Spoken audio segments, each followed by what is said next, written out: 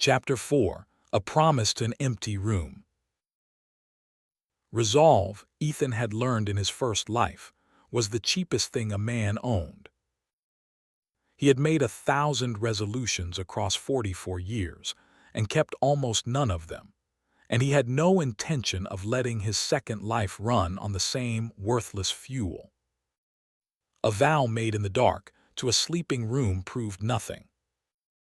Before he let himself believe he could pull his father off the tracks of 1999, before he let himself plan for a torn sky 33 years away, he needed one thing, small and hard and real. He needed proof that the future could be touched at all. So he set himself a test. It had to be tiny, so tiny that if it failed, nothing was lost, and if it succeeded, no one would ever think to wonder why.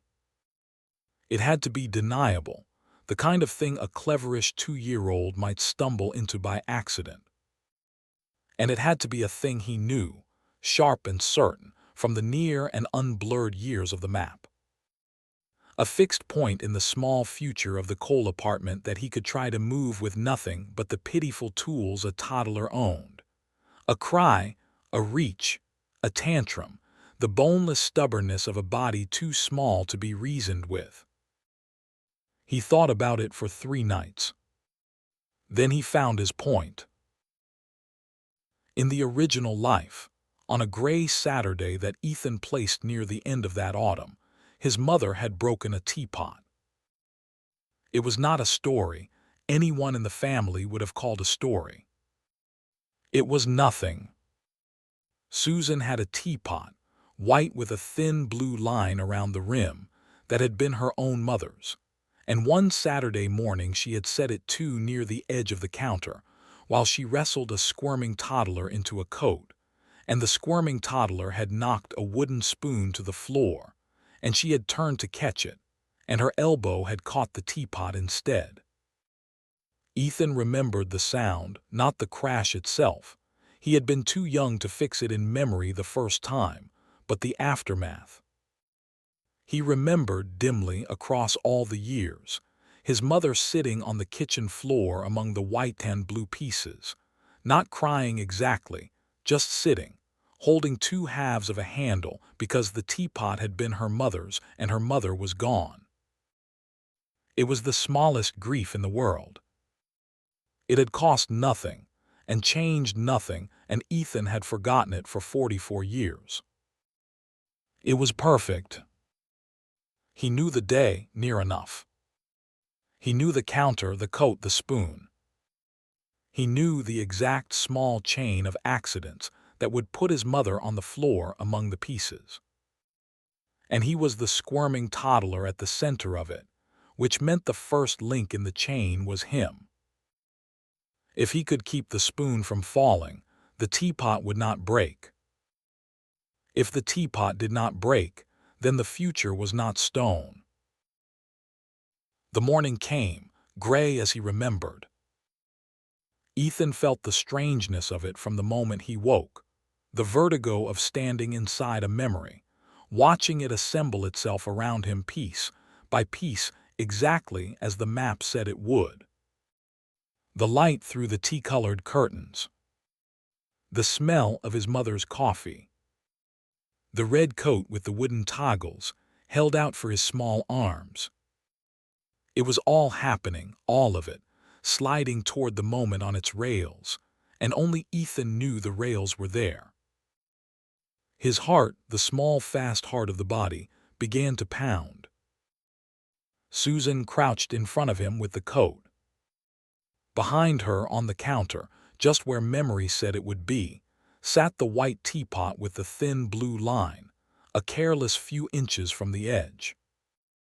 And there, balanced across the lip of a mixing bowl, was the wooden spoon, the spoon that he, the squirming toddler, was fated to send clattering to the floor in the next handful of seconds, so that his mother would turn, and her elbow would swing, and her mother's last teapot would shatter on the green linoleum. He did not let it happen. It took everything he had, and everything he had was almost nothing, and that was the whole terrible point. He could not speak. He could not warn her. He could not lift the teapot to safety with his own hands. They could barely close around a cup.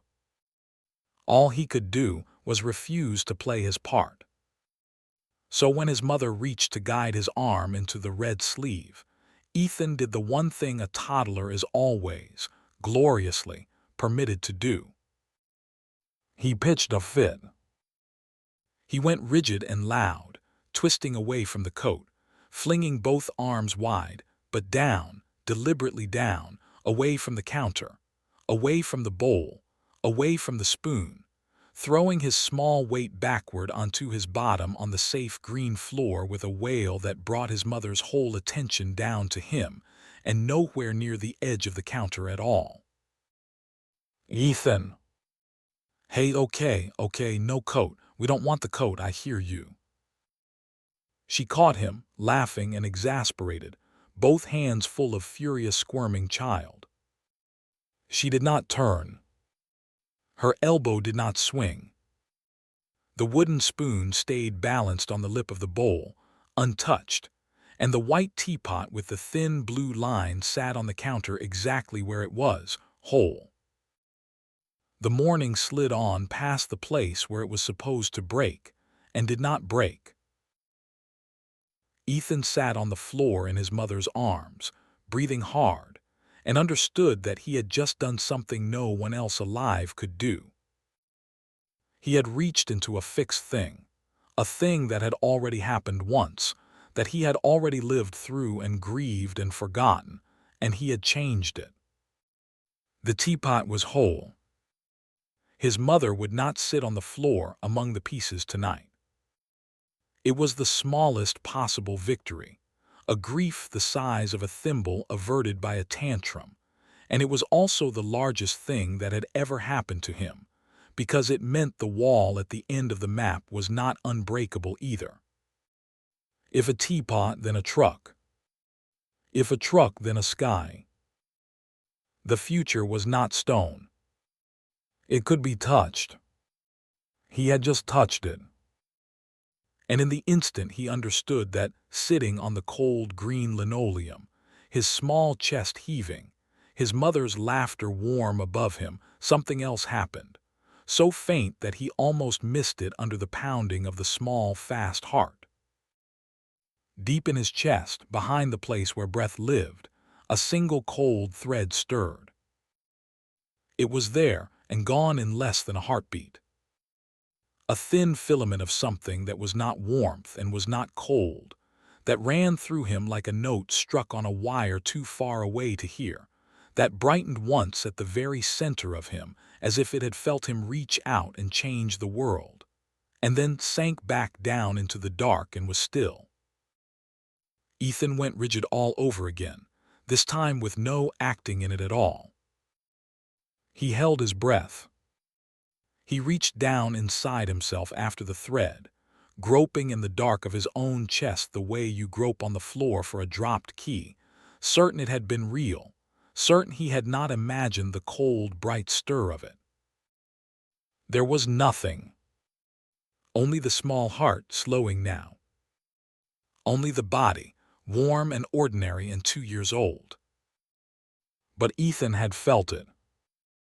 And lying awake that night, long after the unbroken teapot had been put away on its high safe shelf, he turned the memory of that single cold thread over and over in the dark, the way it had brightened in the very moment he bent the world, as though the two things were one thing. He did not have a name for it yet. He would not for a long time.